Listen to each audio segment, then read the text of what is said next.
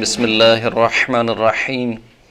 الحمد للہ رب العالمین والصلاة والسلام علی محمد وعلی آلہ الطیبین الطاہرین المعصومین واللعنۃ الدائمۃ علی اعدائہم اجمعین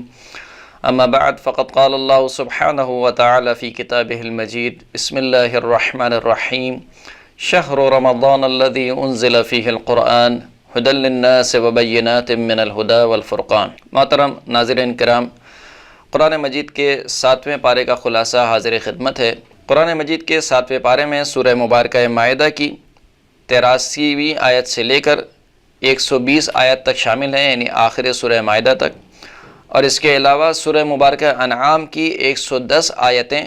7ویں پارے میں شامل ہیں۔ اس پارے کی ابتدائی آیت میں یعنی سورہ مبارکہ مائدہ کی آیت نمبر 83 سے لے کر آیت نمبر 86 تک خداوند کریم نے عیسائیوں میں سے ان افراد کا تذکرہ کیا جو صاحبان ایمان تھے،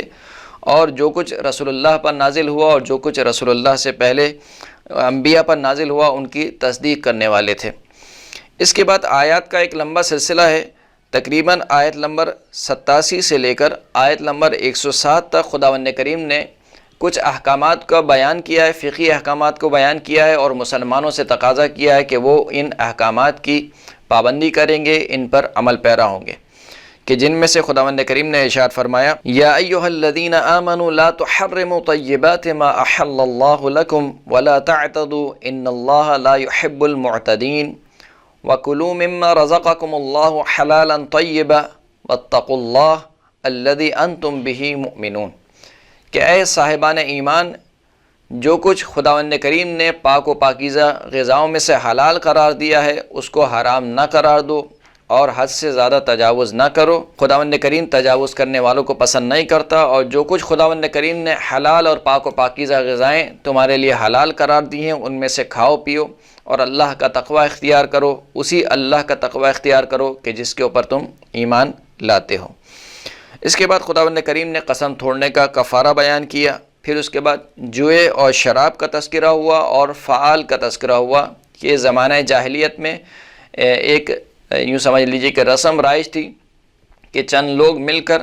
کسی جانور کو خریدتے تھے اور پھر اس کے بعد ایک میدان میں اس کو چھوڑ دیتے تھے، اور وہ تمام افراد ایک ایک کر کے تیر اس کے اوپر چلاتے تھے، جس کا تیر جانور کو لگ جاتا تھا وہ جانور اسی کا ہو جاتا تھا۔ اس کو غالباً ازلام کہا جاتا ہے۔ تو اس کی مذمت کی گئی، کہا کہ یہ جوا، یہ شراب اور یہ جو طریقہ کار ہے فال نکالنے کا، یہ خداوند کریم کے نزدیک جائز نہیں ہے، اور یہ شیطان کے عمل میں سے ہے، یہ گندے اعمال میں سے ہے۔ اور پھر خداوند کریم نے بیان بھی فرما دیا کہ اس جوئے اور شراب سے شیطان کا ہدف کیا ہے۔ خداوند کریم ارشاد فرماتا ہے کہ انما یرید الشیطان ان یوقع بینکم العداوۃ والبغضاء فی الخمر والمیسر ویصدکم عن ذکر اللہ وعن الصلاۃ فہل انتم منتہون، کہ شیطان تو فقط یہ ارادہ رکھتا ہے کہ اس شراب کے ذریعے سے اور جوئے کے ذریعے سے تمہارے درمیان عداوت کو، دشمنی کو اور بغض کو پروان چڑھائے، اور تمہیں یاد الہی سے روکے اور تمہیں نماز سے روکے۔ تو پس اگر شیطان تمہیں اس طریقے سے روکنا چاہے تو کیا تم رک جاؤ گے؟ یہ شیطان کا ہدف ہے جوئے اور شراب سے۔ پھر اس کے بعد خداوند کریم نے ذکر کیا کہ حالت احرام میں شکار نہ کیا جائے، اور اس کے بعد آیت نمبر 101 سے لے کر 105 تک مسلمانوں کو تنبیہ کرائی گئی کہ وہ ایسا سوال نہ کریں رسول اللہ سے کہ اگر اس کا جواب ان کو دے دیا جائے تو وہ جواب ان پر ناگوار گزرے، اور احکام الہی کو اپنی جانب سے ان احکامات میں اضافہ نہ کریں۔ پھر اس کے بعد کی آیت میں خداوند کریم نے آیت نمبر 106 اور 107 میں یہ ذکر کیا کہ جب تم میں سے کوئی وصیت کرے تو وصیت کرتے وقت گواہ کو طلب کر لیا کرے، یعنی جس وقت وہ کوئی بھی وصیت کر رہا ہو تو کسی نہ کسی کو گواہ بنائے کہ اس نے کیا وصیت کی ہے۔ اس کے بعد کی آیت میں یعنی آیت نمبر 109 سے لے کر 120 تک خداوند کریم نے روز قیامت کا تذکرہ کیا ہے۔ ان میں سے پہلے پیغمبروں کا تذکرہ ہوا کہ ہم ہر پیغمبر سے اس کی امت کے بارے میں سوال کریں گے، اس کی امت کے بارے میں اس سے پوچھا جائے گا۔ اس کے بعد جناب عیسیٰ کا تذکرہ ہوا، ان کی معجزانہ ولادت کا تذکرہ ہوا، ان کی والدہ گرامی جناب مریم کے اوپر جو خداوند کریم نے لطف اور احسان کیا اس کا تذکرہ ہوا، جناب عیسیٰ کے معجزات کا تذکرہ ہوا، اور بنی اسرائیل نے جو جناب عیسیٰ کی مخالفت کی اس کا خداوند کریم نے بیان فرمایا۔ اس کے بعد خداوند کریم نے جناب عیسیٰ علیہ السلام کے حواریوں کا تذکرہ کیا کہ وہ عہد و پیمان پر، خداوند کریم کے عہد و پیمان پر ثابت قدم رہے اور انہوں نے مخالفت نہیں کی، خداوند کریم کے عہد و پیمان کو نہیں توڑا۔ اور خداوند کریم نے آیت نمبر 116 میں جناب عیسیٰ سے ایک سوال کیا۔ وہ سوال کیا تھا؟ فرمایا کہ وَإِذْ قَالَ اللَّهُ يَا عِيسَى ابْنَ مَرْيَمَ أَأَنْتَ قُلْتَ لِلنَّاسِ اتَّخِذُونِي وَأُمِّي إِلَٰهَيْنِ مِن دُونِ اللَّهِ قَالَ سُبْحَانَكَ مَا يَكُونُ لِي أَنْ أَقُولَ مَا لَيْسَ لِي بِحَقٍّ إِن كُنتُ قُلْتُهُ فَقَدْ عَلِمْتَهُ وَتَعْلَمُ مَا فِي نَفْسِي وَلَا أَعْلَمُ مَا فِي نَفْسِكَ إِنَّكَ أَنْتَ عَلَّامُ الْغُیُوب۔ کہ اس وقت کو یاد کرو کہ جب اللہ نے عیسیٰ سے کہا کہ اے عیسیٰ، کیا تم نے لوگوں سے یہ کہا ہے کہ وہ تم کو اور تمہاری والدہ گرامی یعنی جناب مریم کو الہ اور معبود مانے؟ اس کے جواب میں جناب عیسیٰ علیہ السلام نے کہا کہ اے پروردگار، تو پاک و منزہ ہے اس بات سے کہ میں کوئی ایسا قول کہوں یا کوئی ایسی بات اپنی زبان پر لے کر آؤں کہ جس کے بارے میں حق نہیں رکھتا ہوں، اور اگر ایسا کوئی قول میں نے کہا ہوتا، ایسا کوئی حکم میں نے دیا ہوتا تو یقیناً اسے جانتا ہے، کیونکہ تو میرے نفس سے باخبر ہے، میرے دل کے ارادوں سے باخبر ہے، لیکن جو کچھ تیرے نفس میں ہے وہ میں نہیں جانتا ہوں، اور تو ہی غیبوں کا جاننے والا ہے۔ اور پھر اس کے بعد پورا تذکرہ ہوا کہ جناب عیسیٰ نے کس طریقے سے خداوند کریم کی بارگاہ میں یہ بیان فرمایا کہ میں نے ان کو حکم نہیں دیا مگر یہ کہ وہ تیری عبادت کریں، یعنی جو تو نے مجھے حکم دے کر بھیجا تھا کہ میں توحید کا پرچار کروں اور تمام بندوں کو تیری عبادت کا حکم دوں، میں نے وہی کام انجام دیا، اس کے علاوہ اور کوئی کام انجام نہیں دیا۔ اس طریقے سے یہ سورہ مائدہ یہاں پر ختم ہو جاتی ہے، اور اس کے بعد کا جو سورہ ہے وہ سورہ مبارکہ انعام ہے۔ سورہ مبارکہ انعام جو کہ مکی سورہ ہے، اور اس کی کل آیات 165 ہیں، لیکن اس کی 110 آیتیں 7ویں پارے میں شامل ہیں۔ سورہ انعام کی فضیلت کے بارے میں حضرت امام جعفر صادق علیہ السلام اشار فرماتے ہیں کہ ان سورۃ الانعام نزلت جملتاً، کہ یہ جو سورہ انعام ہے یہ پوری کی پوری ایک ساتھ نازل ہوئی ہے، یعنی ایسا نہیں ہے کہ اس کی بعض آیتیں نازل ہوئی ہوں پھر بعد میں جا کے بعض آیتیں نازل ہوئی ہوں، ایسا نہیں ہے، تمام کی تمام آیتیں ایک ساتھ رسول اللہ پر نازل ہوئیں۔ کس طریقے سے نازل ہوئیں؟ شیعہا 70,000 ملک حتی انزلت علی محمد صلی اللہ علیہ وآلہ وسلم۔ جب یہ سورہ نازل ہو رہی تھی تو اس سورہ کو لے کر 70,000 ملائکہ نازل ہوئے، یعنی یہ سورہ 70,000 ملائکہ کے جھرمٹ میں نازل ہوئی ہے رسول اللہ صلی اللہ علیہ وآلہ وسلم پر۔ فعظموها وبجلوها فإن اسم الله تبارك وتعالى فيها في 70 موضعها ولو يعلم الناس ما في قراءتها من الفضل ما تركوها۔ فرمایا کہ جب یہ سورہ نازل ہوئی تو ملائکہ 70,000 ملائکہ نے اس سورہ کو بہت عظیم جانا، اور پھر امام جعفر صادق علیہ السلام فرماتے ہیں کہ اس سورے میں 70 مقامات پر اللہ کا اسم گرامی لیا گیا ہے، یعنی اللہ کے اسم گرامی کو ذکر کیا گیا ہے 70 مقامات پر۔ اور پھر امام فرماتے ہیں کہ اگر لوگوں کو معلوم ہو جائے کہ اس سورے کی پڑھنے کی کیا فضیلت ہے تو لوگ کبھی بھی اس سورے کو ترک نہ کریں اور ہمیشہ اس کی تلاوت پر اپنے آپ کو پابند رکھیں۔ اس سورے کی ابتدائی آیت میں خداوند کریم نے اپنی توحید کو بیان کیا اور اپنی توحید پر واضح اور روشن نشانیوں کا تذکرہ کیا، اور حق کے مقابل میں جو کافروں کی ہٹ درمی ہے اس کا ذکر کیا، اور پھر اس کے بعد فرمایا کہ ہم ان کی ہر خواہش کو پورا کرتے رہے لیکن اس کے باوجود یہ حق کو ماننے سے انکار کرتے رہے۔ سورہ مبارکہ انعام کی تقریباً آیت نمبر 9 سے لے کر 110 تک خداوند کریم نے کافروں کے شبہات کا تذکرہ کیا ہے اور ان کے جوابات دیے ہیں۔ سب سے پہلا شبہ کافروں کا یہ تھا کہ یہ فرشتے ہم پر نازل کیوں نہیں ہوتے اور ہمیں دکھائی کیوں نہیں دیتے، جیسے کہ خداوند کریم نے ارشاد فرمایا کہ وَقَالُوا لَوْلَا أُنزِلَ عَلَيْهِ مَلَكٌ وَلَوْ أَنزَلْنَا مَلَكًا لَقُضِيَ الْأَمْرُ ثُمَّ لَا يُنظَرُونَ۔ فرمایا کہ یہ لوگ کہتے ہیں کہ یہ جو ملک ہیں، یہ ملک جو ہے وہ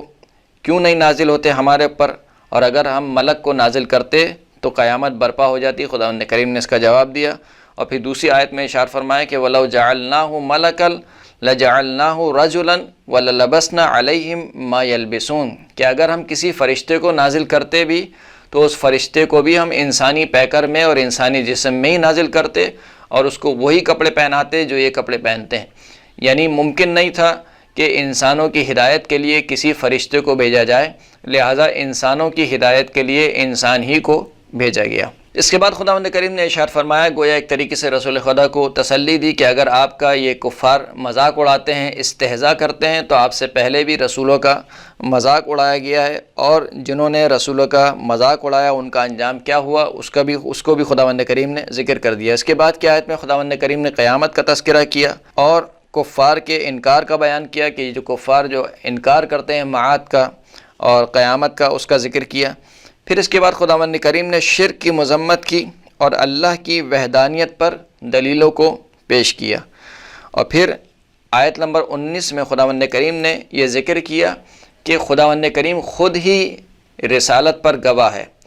فرمایا کہ قل ای شیء اکبر شہادۃ قل اللہ شہید بینی و بینکم واوحی الی ھذا القرآن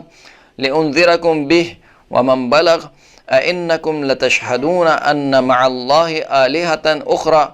قل لا أشهد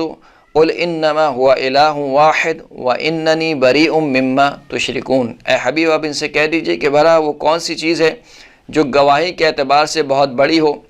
اے حبیب آپ ان سے کہہ دیجئے کہ میرے اور تمہارے درمیان اللہ گواہی کے لیے کافی ہے، اور میری طرف قرآن کو نازل کیا گیا تاکہ میں تمہیں ڈراؤں اور جس تک یہ میرا پیغام پہنچے وہ اللہ کے عذاب سے ڈرے. اور کیا تم شہادت دیتے ہو کہ اللہ کے علاوہ کوئی بھی اور خداوند کریم ہے، کوئی بھی اور معبود ہے؟ اے حبیب آپ کہہ دیجئے کہ میں یہ گواہی نہیں دیتا، اور کہہ دیجئے کہ خدا فقط اور فقط معبود فقط اور فقط ایک اور تنہا ہے، اور میں اس چیز سے بری ہوں کہ جس کو تم اللہ کا شریک قرار دیتے ہو. اس کے بعد کی آیت میں یعنی آیت نمبر 21 سے لے کر تقریباً آیت نمبر 36 تک خداوند کریم نے یہ بیان کیا کہ یہ جو کفار دین حق کا انکار کرتے ہیں یا خدا کا شریک قرار دیتے ہیں، اس کے لیے ان کے پاس کوئی دلیل نہیں ہے، فقط ہٹ درمی ہے. یعنی یہ فقط ہٹ درمی سے کام لیتے ہیں، کوئی واضح دلیل، کوئی عقلی دلیل، کوئی نقلی دلیل ان کے پاس کچھ بھی نہیں ہے. اس کے بعد خداوند کریم نے دوسرا شبہ بیان کیا، کہا کہ وہ دوسرا شبہ یہ ہے کہ اگر یہ پیغمبر سچا نبی ہے تو اس کے اوپر کوئی نشانی نازل کیوں نہیں ہوتی. تو خداوند کریم نے تذکرہ کیا تقریباً آیت نمبر 37 سے لے کر آیت نمبر 46 تک کہ ایسا نہیں کہ خداوند کریم قادر نہیں ہے کہ کسی نشانی کو نازل نہ کرے، بلکہ اس نے بہت سی نشانیوں کو نازل کیا. ان لوگوں کے شبہ کو ذکر کیا. وقالوا لولا نزل علیہ آیۃ من ربہ قل ان اللہ قادر علی ان ینزل آیۃ ولکن اکثرہم لا یعلمون. یہ لوگ کہتے ہیں کہ کیوں اس پیغمبر پر اب اس کے رب کی جانب سے کوئی نشانی نازل نہیں ہوتی. اے حبیب آپ کہہ دیجئے کہ خداوند کریم اس بات پر قادر ہے کہ وہ کسی نشانی کو نازل کرے، لیکن اکثر لوگ نہیں جانتے. اور پھر اس کے بعد خداوند کریم نے ذکر کیا کہ ہم نے ایسا نہیں ہے کہ نشانیوں کو نازل نہیں کیا، بلکہ بہت سی نشانیوں کو ہم نے تم سے پہلے والے پیغمبروں پر بھی نازل کیا، تم پر بھی نازل کیا. لیکن اس شخص کا کیا علاج کیا جائے کہ جو دن کے وقت اپنی آنکھوں کو بند کر کے یا اپنی آنکھوں پر ہاتھ رکھ کر یہ کہے کہ سورج نکلا ہوا نہیں ہے. لہٰذا یہ ہٹ درمی کرتے ہیں. یہ کفار فقط و فقط ہٹ درمی کرتے ہیں، ہٹ درمی کے علاوہ ان کے پاس اور کچھ نہیں ہے. جیسے کہ خداوند کریم نے بیان کیا والذین کذبوا بآیاتنا صم وبکم فی الظلمات من یشاء اللہ یضللہ ومن یشاء یجعلہ علی صراط مستقیم. جن لوگوں نے ہماری نشانیوں کو جھٹلایا وہ گونگے اور بہرے ہیں، یعنی اندھے اور گونگے ہیں، اور ظلمات میں یعنی گمراہی میں پھرے جا رہے ہیں. اور خداوند کریم جس کی گمراہی کا ارادہ کر لیتا ہے اس کو گمراہ کرتا ہے، اور خداوند کریم جس کو چاہتا ہے کہ صراط مستقیم پر قائم رکھے تو خداوند کریم اس کو صراط مستقیم پر